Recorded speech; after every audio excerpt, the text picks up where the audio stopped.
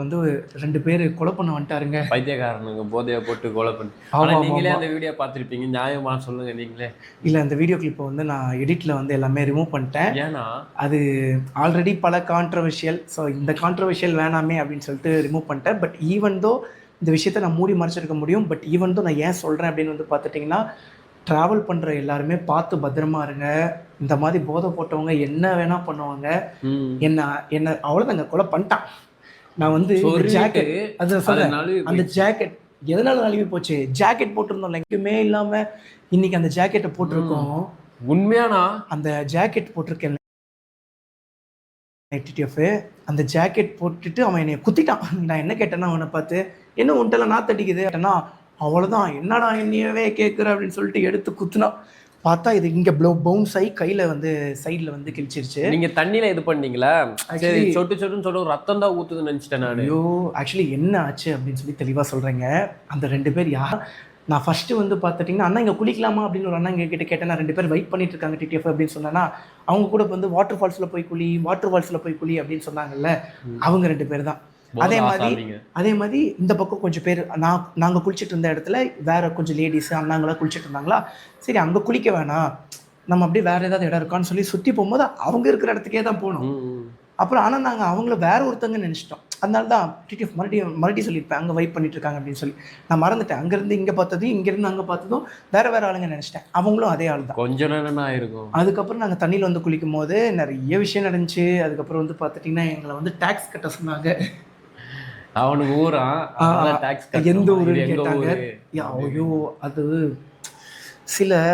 சில பேர் மதவெறி, சில பேர் ஜாதி வெறி, சில பேர் ரேசிசம் அப்படிலாம் இருப்பாங்க இல்லைங்க. அவன் வந்து பார்த்துட்டிங்கன்னா ஒரு ஊர் வெறி பிடிச்சவங்க. ஆமா அந்த ஒரு போதை போட்டாங்கன்னா அந்த ஒரு மைண்ட் செட் நம்ம தான் இந்த ஊர்ல ஆளணும் அப்படின்னு அந்த மைண்ட் செட் வந்து இல்ல அவங்களோட மைண்ட் செட்டே என்னன்னு வந்து பார்த்துட்டிங்கன்னா பிரச்சனை பண்ணோம் தான் அப்படிங்கிற ஒரு குணம் வந்துருச்சு. எனக்கு ரொம்ப வருத்தமா இருந்துச்சு. இத்தனைக்கும் டிடிஎஃப் அவன் எனக்கு கொலை பண்ணுறதுக்கு அந்த கம்பியவே வச்சு குத்திட்டான். அவ்வளோ பெரிய பிரச்சனை போயிட்டு இருக்கு. அவ்வளவு கோவம் வருது. ஆனாலும் கோவப்படாம அவ்வளவு இல்லை அவ்வளவுக்கு எவ்வளவுக்கு முடியுமோ அவ்வளவுக்கு நானே பொறுமையாக இருந்துட்டேன். அவனை எதுவுமே நான் பண்ணல. உண்மையாவே நான் எதுவும் பண்ணல. ஆனால் நாளா இருந்திருந்தானா நீங்கள் சொன்னனால தானே விட்டுட்டோம். இல்லைங்க என்னன்னா இல்லை அது கண்டிப்பாக நான் வீடியோ கிளிப் நான் போடுவேன். போடாமலாம் இருக்க மாட்டேன். அஃப்கோர்ஸ் நான் வீடியோ கிளிப்பை வந்து நான் போடுறேன். இப்போது கொஞ்ச நாள் போட்டோம். இப்போ ஆல்ரெடி பல கான்ட்ரவர்ஷியல்ஸ். ஆனால் 1000% சொல்கிறேங்க, இந்த வீடியோ போடுறதுனாலே நமக்கு பாசிட்டிவிட்டி தான் வரப்போகுது. பட் இந்த மாதிரி ஒரு கான்ட்ரவர்ஷியல் திரும்பி வேணாம். மறுபடியும் மீடியாஸ் எல்லாம் வந்து பார்த்துட்டிங்கன்னா சண்டைன்னு போடும். ஆனால் எப்படி நம்ம பக்கம் தான் ப்ளஸ் ஆகும். பட் இருந்தாலும் வேணாம். பட் இருந்தாலும் ஏன் இந்த விஷயம் சொல்கிறேன்னா, இல்லை வேர்ல்டு ஃபுல்லாக நிறைய பேர் ட்ராவல் பண்ணுறீங்க. நாங்கள் 3 பேர் ட்ராவல் பண்ணோம். 3 பேர் அப்படி இருந்துமே இந்த மாதிரி ஒரு பைத்தியக்காரனை மீட் பண்ணோம். நினச்சி பாருங்கள் எவ்வளோ பேர் சோலோ ட்ரிப்ஸ் வேர்ல்டு ஃபுல்லாக பண்ணிட்டு இருக்காங்க. அதுவும் லேடிஸ். ஒருத்தன் சும்மா டேக்ஸ் கட்டு, இது ஏன் ஊர், எங்கள் ஊருக்குள்ளே ஏன் வர, இது ஏன் நாடுன்னா அதெல்லாம் ஃபன்னு. அதெல்லாம் வீடியோ எல்லாமே ரெக்கார்டுங்க. எல்லாமே ரெக்கார்ட் பண்ணி வச்சுருக்கேன். அவன் சொல்லியிருப்பான், இது ஏன் நாடு, என் நாட்டுக்குள்ளே எதுக்கு வர. அப்படிதான் பண்ணுவேன், அப்படிதான் குத்துவேன். ஒரு இது கிடையாதுங்க, ஒரு மெச்சூரிட்டி கிடையாது. டேய் நம்ம நாடுங்கிறது இந்தியாடா, அந்த ஒரு குட்டி ஊர் நாடு கிடையாதுடா அப்படிங்கிற ஒரு மெச்சூரிட்டி கிடையாது. அதான் அவன் இந்த ஒரு மொக்க ரீசனுக்காக கொலை பண்ணுற அளவுக்கு வரான். அப்படின்னா ஒரு பொண்ணு அங்கே இருந்து அந்த இப்போ கூட ஃபெர்னாண்டோ அப்படின்னு சொல்லி ஒரு அக்கா, ஃபாரினர் அக்காவை வந்து ரேப் பண்ணியிருப்பாங்க. நல்லா யோசிப்பேன், இப்படிலாம் பண்ணியிருப்பானுங்க. இந்த மாதிரி ஆளுங்க தாங்க ஒரு அவ்வளோதான் பாப்பான் ஆசை வந்தவொடனே கொலை பண்ணிட்டு கூட போயிடுவான். ஸோ வந்து முன்னாடிலாம் நான் யோசிப்பேன், எப்படிலாம் இவ்வளோ பண்ணுறானுங்க, இப்படிலாம் பண்ணுவானுங்களா அப்படின்னு சொல்லி டவுட்ஃபுல்லாக நம்மளுக்கு புரியுது நேரில் பார்க்கும்போது. எப்படி போதை போட்ட ஆளுங்களாகவே இருக்க மாட்டேங்கிறாங்க. இது நிறைய பேர்த்துக்கு வந்து எப்படி இருக்குன்னு தெரில. பட் வந்து ஃபுல்லாக வீடியோ ப்ரூஃபாக வச்சுருக்கேன் டிடிஎஃப். ஆனால் சும்மாங்க போதையை போட்டு வந்து பிரச்சனை பண்ணுமே. எந்த ஊர், தமிழ்நாடுன்னு கேட்டவொடனே நீ எதுக்கு எந்த ஊருக்குள்ளே வர, இது ஏன் நாடு, நீ கிளம்புன்னு அவ்வளோ ஒரு மாதிரி பேசுகிறாங்க. பட் உண்மையாக சொல்கிற டிடிஎஃப், நான் அவன் மேலே கோவப்பட்டேன். நான் கோவப்படாமல் இல்லை. பட் இருந்தாலும் அவ்வளோ கோவம் இல்லை, நியாயமான கோபங்கள் தான் பட்டேன்.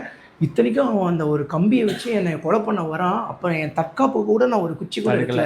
எதனாலன்னா அவன் கம்பி எடுத்துகிட்டு அவன் என்ன வேணா பண்ணலாம், அவனை எதுவும் சொல்ல மாட்டாங்க.